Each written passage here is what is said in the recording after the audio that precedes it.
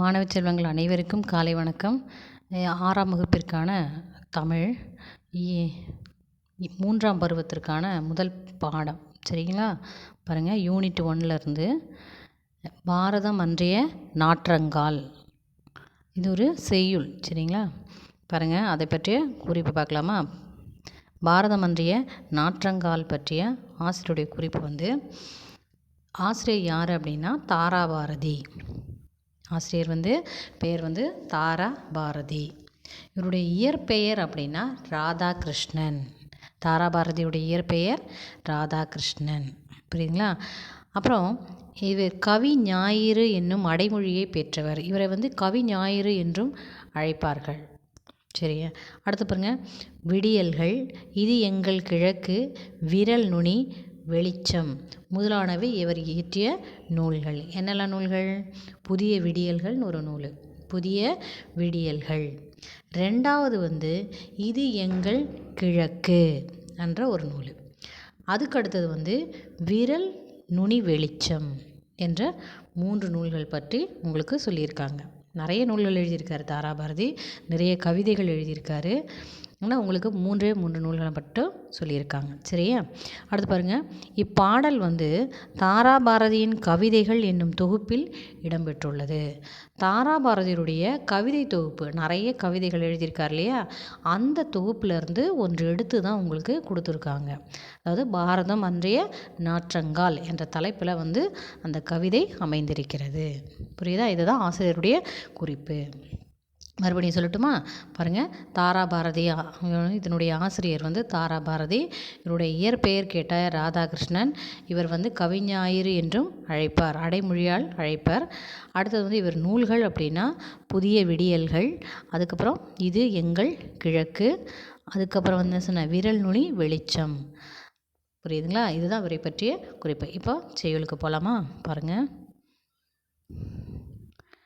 பாரதம் அன்றைய நாற்றங்கால், இயல் 1.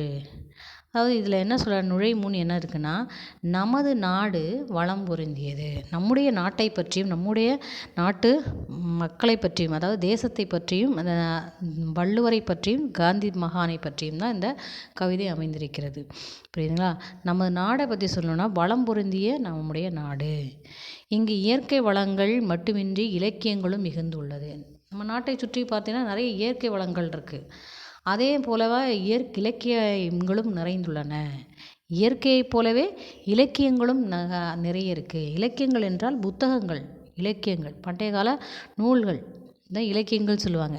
அதுவும் நிறைந்துள்ளது நம்முடைய நாடு. வேற்றுமையில் ஒற்றுமையை கொண்டது நமது நாடு. நம்மெல்லாம் ஒற்றுமையாக இருக்கக்கூடும் இல்லையா? வேற்றுமையில் ஒற்றுமையை காணக்கூடியவர்கள் யாரா? நம்முடைய மக்கள்.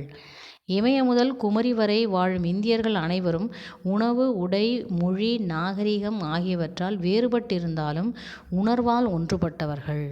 பாருங்க, அப்போது தமிழினுடைய எல்லை எப்படின்னு சொன்னால் வடவேங்கடம், தென்குமரி, வடக்கே வேங்கடமலையும் தெற்கே கன்னியாகுமரியும் சேர்ந்தது தான் தமிழகத்தின் எல்லை அப்படின்னு சொல்கிறாங்க. அப்போது தமிழகத்தின் எல்லை இருக்கும்போது ஒவ்வொரு எல்லையிலும் இருக்கிற மக்கள் பார்த்திங்கன்னா வேறு வேறு மொழிகளை உடையவர்களாகவும், அவருடைய உடை வேறையாகவும், அதாவது உணவு வேறையாகவும் இருக்கும், மொழி வேறையாக இருக்கும். ஆனால் உணர்வினால் பார்த்திங்கன்னா எல்லாம் ஒன்றுபட்டவர்கள் அப்படின்னு சொல்கிறாங்க. வேற்றுமையில் ஒற்றுமை உடையவர்கள் அப்படின்னு சொல்கிறாங்க இல்லையா? எந்த நாட்டுக்கு போனாலும் நம்மளை வரவேற்று உபசரிக்கக்கூடியவர்கள் நம்முடைய மக்கள் அப்படின்னு சொல்கிறாங்க. அப்போது தேசிய ஒருமைப்பாட்டை போற்றும் பாடலை அறிவோம் வாருங்கள் அப்படின்னு சொல்லிட்டு பாட்டு பார்க்கலாமா? இப்போது ஃபஸ்ட்டு பாட்டு புதுமைகள் செய்த தேசம் இது, பூமியின் கிழக்கு வாசல் இது. புதுமைகள் செய்த தேசம் இது, தேசம்னா நாடு, பூமியின் கிழக்கு வாசல் இது அப்படின்னு சொல்கிறாங்க. அதாவது பூமியின் கிழக்கு வாசலாக இருக்கக்கூடியது எதுன்னு கேட்டால் நம்முடைய நாடு. பூமியின் கிழக்கு வாசலாக இருக்கக்கூடியது எது? நமது நாடு. நமது நாடானது பல புதுமைகளை செய்த நாடு. பல புதுமைகளை செய்யக்கூடியது நம்முடைய நாடு. இது கிழக்கு வாசலாக இருக்கக்கூடிய நம்முடைய நாடு அப்படின்னு சொல்கிறாரு. இப்போது புதுமைகள் செய்த தேசம் இது, பூமியின் கிழக்கு வாசல் இது. அடுத்த பாட்டில் பாருங்கள், தெய்வ வள்ளுவன் நெய்த குரல்தான் தேசம் உடுத்திய நூலாடை, மேகலை போற்றிய இந்திய தாய்க்கு மெய்யுணர்வு என்கிற மேலாடை. அடுத்து என்ன வரிகள் என்ன சொல்லுவேன், தெய்வ வள்ளுவன் நெய்த குரல்தான் தேசம் உடுத்திய நூலாடை. அதாவது திருக்குறள் இருக்கு இல்லையா, அந்த திருக்குறள் நமது நாடு அணிந்திருக்கின்ற ஆடையாக விளங்குகிறது. நம்முடைய நாட்டிற்கு எது ஆடை அப்படின்னு சொன்னால் திருக்குறள், திருவள்ளுவர் எழுதிய குறள்கள் அப்படின்னு சொல்கிறாங்க. அதுதான் ஆடையாக விளங்குகிறது. அடுத்து பாரு, மெய்களை போற்றிய இந்திய தாய்க்கு மெய் உணர்வு என்கிற மேலாடை. உண்மைகள், மெய் என்றால் உண்மை அர்த்தம். உண்மைகளை போற்றும் இந்திய தாய்க்கு எதுன்னா மெய் உணர்வு தான், உணர்வுகள், உண்மை உணர்வுகள் தான் மேலாடையாக விளங்குகிறது. புரியுதுங்களா உங்களுக்கு? திருக்குறள் நம்ம நாடு அணிந்திருக்கின்ற ஆடையாக விளங்குகிறது என்று சொல்கிறார். அடுத்த வரிகள் என்ன சொல்றாரு, உண்மைகளை போற்றும் இந்திய தாய்க்கு மெய் உணர்வு தான் மேலாடையாக விளங்குகிறது. திருக்குறள் ஆடைன்னு சொல்லிட்டு இந்திய தாய்க்கு எது சொல்கிறாங்க, மெய்யுணர்வை ஆடையாக சொல்கிறார்கள். இந்த 2 பாடல்களில் புரியுதா?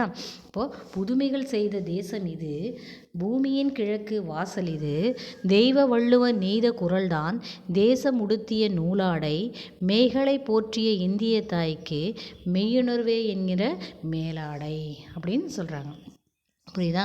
பூமியின் கிழக்கு வாசலாக இருக்கக்கூடியது இது நம்முடைய நாடு. பல புதுமைகள் செய்ததும் நம்முடைய நாடு. திருக்குறள் ஆடையாக விளங்குகிறது. நமது நாட்டுக்கு ஆடை எதுனா திருக்குறள். அதுக்கப்புறம் உண்மைகளை போற்றும் இந்திய தாய்க்கு எது, மெய்யுணர்வு தான் மேலாடை என்ற கருத்தை இந்த வரியில் சொல்கிறாங்க. இப்போ அடுத்தது பார்க்கலாமா? பாருங்கள், காளிதாசனின் தேனிசை பாடல்கள் காவிரி கரையில் எதிரொலிக்க, கம்பனின் அமுத கவிதைகளுக்கு கங்கை அலைகள் இசையமைக்க. காளிதாசனின் தேனிசை பாடல்கள் காவிரி கரையில் எதிரொலிக்க.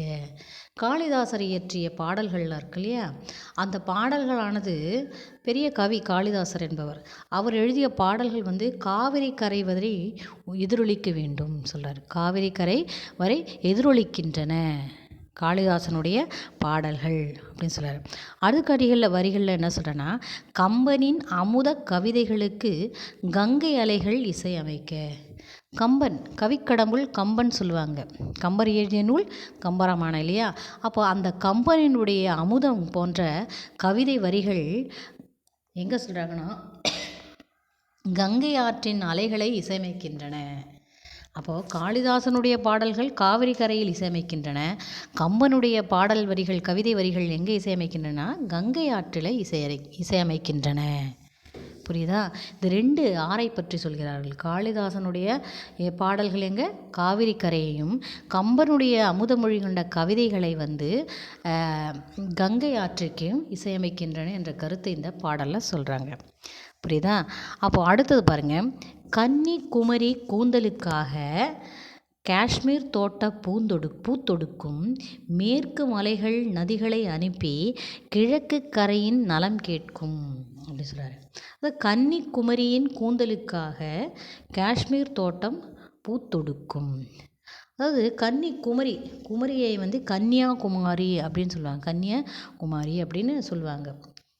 அப்போது அந்த குமரிமுனை ஆகிய கன்னியின் கூந்தலுக்கு, அப்போ கன்னின்னு சொல்லிருக்கலையா, அந்த கன்னியாகுமரின்னு சொல்லும்போது அதில் கன்னி என்கிற, கன்னினா பெண்ணு, அப்போ அந்த கன்னி பெண் சொல்லுவாங்க.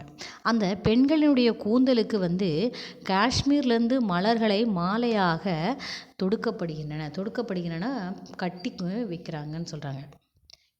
அந்த கன்னியாகுமரியுடைய கன்னி என்கின்ற பெண்ணுக்கு காஷ்மீர்லேருந்து மலர்களை தொடுக்கப்படுகின்றன அப்படின்னு சொல்கிறார். அடுத்தது, மேற்கு மலைகள் நதிகளை அனுப்பி கிழக்கு கரையின் நலம் கேட்கும். மேற்கு கரை, மேற்கு தோன்றும் நதிகள் எல்லாம் கிழக்கு எல்லை வரை பாய்ந்து நன்மைகளை விளைவிக்கின்றன. மேற்கு இருக்கின்ற நதிகள் எல்லாமே நீர் இல்லையா, அந்த நதிகள் நேராக கிழக்கு எல்லை வரை பாய்கின்றன. அங்கேருந்து நீரோட்டம் ஆரம்பமாகிறது, எங்கே, கிழக்கு எல்லை வரை ஆரம்பிக்கிறேன். அப்போ அங்கே நீரோட்டம் அதிகமாக இருந்தால பலவித நன்மைகள் கிடைக்கின்றன மக்களுக்கு அப்படின்னு சொல்கிறாரு. அப்போது கன்னியாகுமரியினுடைய அந்த கன்னி கூந்தலுக்கு எங்கேருந்து மலர்கள் எடுத்துட்டு வராங்க? காஷ்மீர்லேருந்து மலர்கள் எடுத்து தொடுக்கப்படுகின்றனன்னு சொல்கிறாங்க. அடுத்தது என்ன சொன்னாங்க? மேற்கு மலையில் உள்ள நதிகள் அந்த நீரானது கிழக்கு எல்லை பாய்ந்து நன்மைகளை விளைவிக்கின்றன என்ற அடுத்த கருத்தை சொல்கிறாங்க. புரியுதா?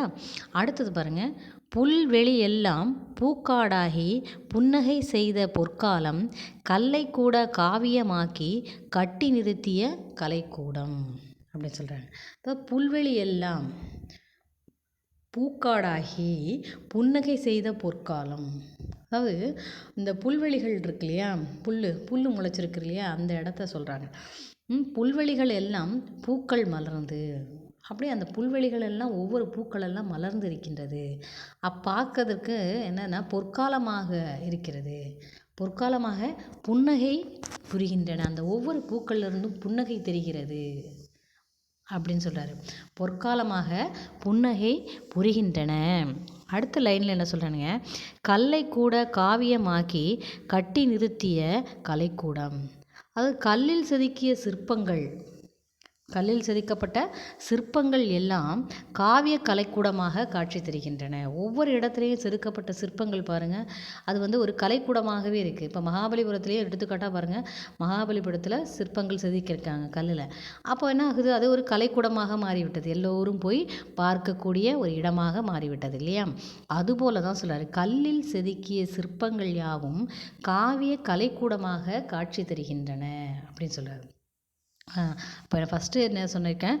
புல்வெளியெல்லாம் பூக்காடாக பூக்களெல்லாம் பூர்த்து, புல்வெளிகளெல்லாம் பூக்கள் மலர்ந்து பொற்காலமாக இருக்கின்றன, புன்னகை புரிகின்றன பூக்கள் என்ற கருத்தை சொல்லிட்டு அடுத்த வரிகளில் என்ன சொல்கிறேன்னா, கல்லை வந்து செதுக்கிய சிற்பங்கள் எல்லாம் கலைக்கூடமாக விளங்குகின்றன அப்படின்னு சொல்கிறாங்க அடுத்த வரிகளில். புரியுதா? அடுத்த பாட்டு பார்க்கலாமா? அன்னை நாட்டின் அமுத சுரபியில் அந்நிய நாடுகள் பசித்தீர அண்ணல் காந்தியின் சின்ன கைத்தடி அறத்தின் ஊன்றுகோலாக புதுமைகள் செய்த தேசம் இது, பூமியின் கிழக்கு வாசல் இது. அதாவது அன்னை நாட்டின் அமுத சுரபி, அந்நிய நாடுகள் பசித்தீர அப்படின்னு சொல்கிறார். அதாவது அன்னை நாட்டின் அமுத சுரபி அப்படின்னு சொன்னால், அமுத சுரபி என்பது ஒரு பாத்திரம், அந்த பாத்திரத்தில் வந்து அள்ள குறையாத உணவானது இருந்து கொண்டே இருக்கும் அப்படின்னு சொல்கிறார். அக்ஷய பாத்திரம் சொல்கிறார். அந்த மாதிரி நம்முடைய அன்னை நாட்டில் வந்து அமுத சுரபியில் நம்முடைய நாட்டினுடைய அமுதத்தை கொண்டு அந்நிய நாடுகளை பசி தீர்க்கின்றன. அந்நிய நாட்டினுடைய பசியை தீர அண்ணல் காந்தியின் சின்ன கைத்தடி, நம்முடைய காந்தியின் கையில் இருக்கிற சின்ன கைத்தடி இருக்கு இல்லையா, கொம்பு, அந்த கைத்தடி அறம் தர்மம் என்கிறதுக்கு ஊன்றுகோலாக அமைய வேண்டும், அறத்திற்கு ஊன்றுகோலாக அமைய வேண்டும் அப்படின்னு சொல்கிறாரு. அமைய புதுமைகள் செய்த தேசம் இது, பூமியின் கிழக்கு வாசல் இது. பல புதுமைகளை கண்ட தேசம் நம்முடைய தேசம் அப்படின்னு சொல்கிறாரு. புரியுதுங்களா உங்களுக்கு? அப்போது அன்னை நாட்டின் அமுத சுரபியில் அந்நிய நாடுகள் பசித்தீர, நம்முடைய அமுத சுரபியிலே இருக்கக்கூடிய உணவானது அடுத்த நாடுகளுக்கும் சென்று அவர்களுடைய பசியையும் மாற்ற வேண்டும் என்ற கருத்தை வந்து சொல்கிறாரு. அப்போ மகாத்மா காந்தியினுடைய அண்ணல் காந்தியினுடைய கைத்தடி வந்து அறத்தை வந்து வலியுறுத்தக்கூடியதாக இருக்க வேண்டும், அறத்தை ஊன்றுகோலாக இருக்க வேண்டும் என்ற கருத்தை சொல்லிகிட்ருக்கு. நம்முடைய நாடு புதுமைகள் செய்த நாடு என்ற கருத்தை வந்து இந்த பாடல்கள் மூலம் தாரா பாரதி சொல்கிறார். புரியுதுங்களா உங்களுக்கு? இந்த பாடலில் பார்த்தீங்கன்னா, அன்னை நாட்டின் அமுத சுரபியில் அந்நிய நாடுகள் பசி தீர அண்ணல் காந்தியின் சின்ன கைத்தடி அறத்தின் ஊன்றுகோலாக புதுமைகள் செய்த தேசம் இது, பூமியின் கிழக்கு வாசல் இது அப்படின்னு சொல்கிறோம் இல்லையா? அதில் வரைக்கும் உங்களுக்கு வந்து மனப்பாட பகுதி, சரியா? மனப்பாட பகுதி என்ன பண்ணுறீங்க, நீங்கள் ஒரு 3 டைம்ஸ் எழுதி எனக்கு வாட்ஸ்அப்பில் அனுப்புங்க, சரியா? எல்லாருமே எழுதி அனுப்பணும். அப்படியே படிச்சிடணும் இதையும். அன்னை நாட்டின் அமுத சுரபியில் அந்நிய நாடுகள் பசி தீர அண்ணல் காந்தியின் சின்ன கைத்தடி அறத்தின் ஊன்றுகோலாக புதுமைகள் செய்த தேசம் இது, பூமியின் கிழக்கு வாசல் இது. புரியுதா? இது வரைக்கும் தான் மனப்பாட பகுதி. உங்களுக்கு படிங்க. ஏதாவது உங்களுக்கு பாடலின் பொருள் வந்து விளங்கலைன்னா பாடலினுடைய பொருள் இருக்குது, இது ஒரு வாட்டி நீங்கள் ரீட் பண்ணுங்கள், போதும் உங்களுக்கு புரிஞ்சிடும். சரியா? அடுத்தது இந்த பாடத்தில் ஏதாவது சந்தேகம் இருந்தால் கேளுங்க. நன்றி. மீண்டும் சந்திப்போம்.